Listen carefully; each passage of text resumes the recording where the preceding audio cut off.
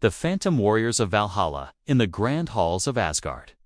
Valhalla stood as the glorious afterlife for Viking warriors who died bravely in battle, feasting eternally under Odin's gaze.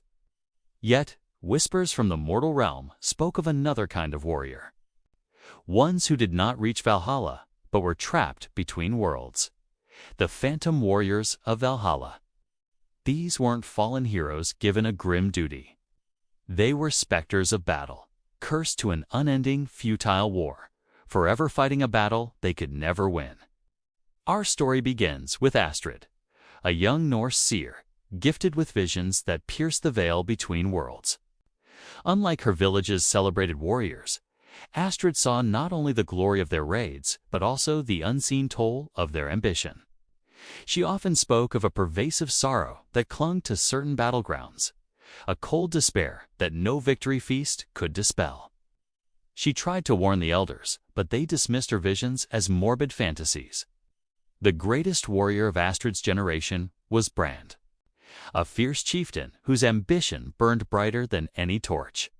He sought renown not just through victory, but through an unprecedented campaign of conquest, pushing his warriors beyond their limits, driven by a relentless desire to claim the most glorious death and a seat at Odin's side. His raids became increasingly reckless, his pursuit of glorious death bordering on obsession. One fateful autumn, Brand led his strongest warriors on a distant, treacherous campaign, driven by a prophecy he misinterpreted as a guarantee of ultimate glory.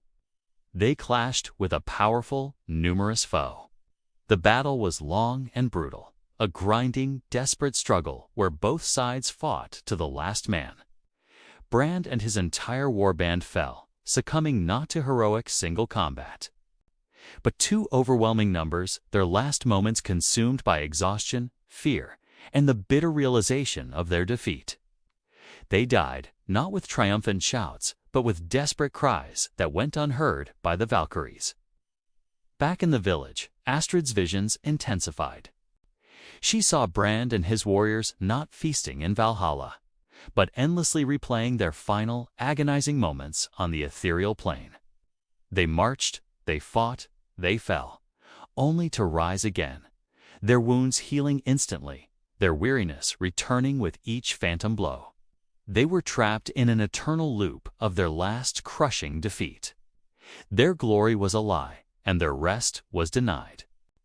This was the true horror of the Phantom Warriors of Valhalla, a curse of unending, unacknowledged futility. They were denied the true warrior's peace because their deaths were not glorious, but pointless, lost in a meaningless, self-destructive pursuit of vainglory. Their spirits were not malevolent, merely bound by the immense collective despair of their final, futile battle. Driven by compassion and a desperate need to bring peace to the restless dead, Astrid set out for the distant battlefield where Brand and his warriors had fallen. She carried no weapons, only offerings and a heart full of empathy.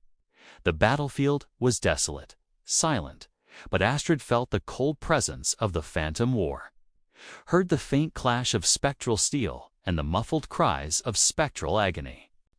She spent days performing ancient rites, not of sacrifice, but of remembrance and acknowledgement. She recited the names of Brand and his fallen warriors, speaking aloud the glory they had achieved in life, but also acknowledging the tragedy of their final lost cause. She created cairns of stone for each man, marking their individual sacrifices, honoring their lost lives and mourning their unfulfilled rest. She sang old sagas of true heroism, contrasting it with the empty ambition that had led to their doom. She did not seek to dispel them by force, but to offer them the peace that had been denied by their own misdirected pursuit of glory. As Astrid completed her solemn task, a profound quiet settled over the land. The spectral clashes faded. The ghostly figures softened, their movements losing their frenzied despair. One by one, they looked towards Astrid, their phantom eyes filled with a silent gratitude, before finally dissolving into the mists, finding the peace of oblivion they had been denied. The Phantom Warriors of Valhalla were finally at rest. Astrid returned to her village, a changed woman. She carried the weight of what she had witnessed, but also the profound satisfaction of having brought peace to those lost souls. She became a revered seer, guiding her people not towards vainglory, but towards true honor and a balanced life. And to this day, among the Norse, the tale serves as a somber warning. True glory lies not in seeking a grand death, but in living a life of true purpose. For some battles, when fought for empty ambition, can curse warriors to an eternal phantom war, forever trapped in the shadows of a Valhalla they will never reach.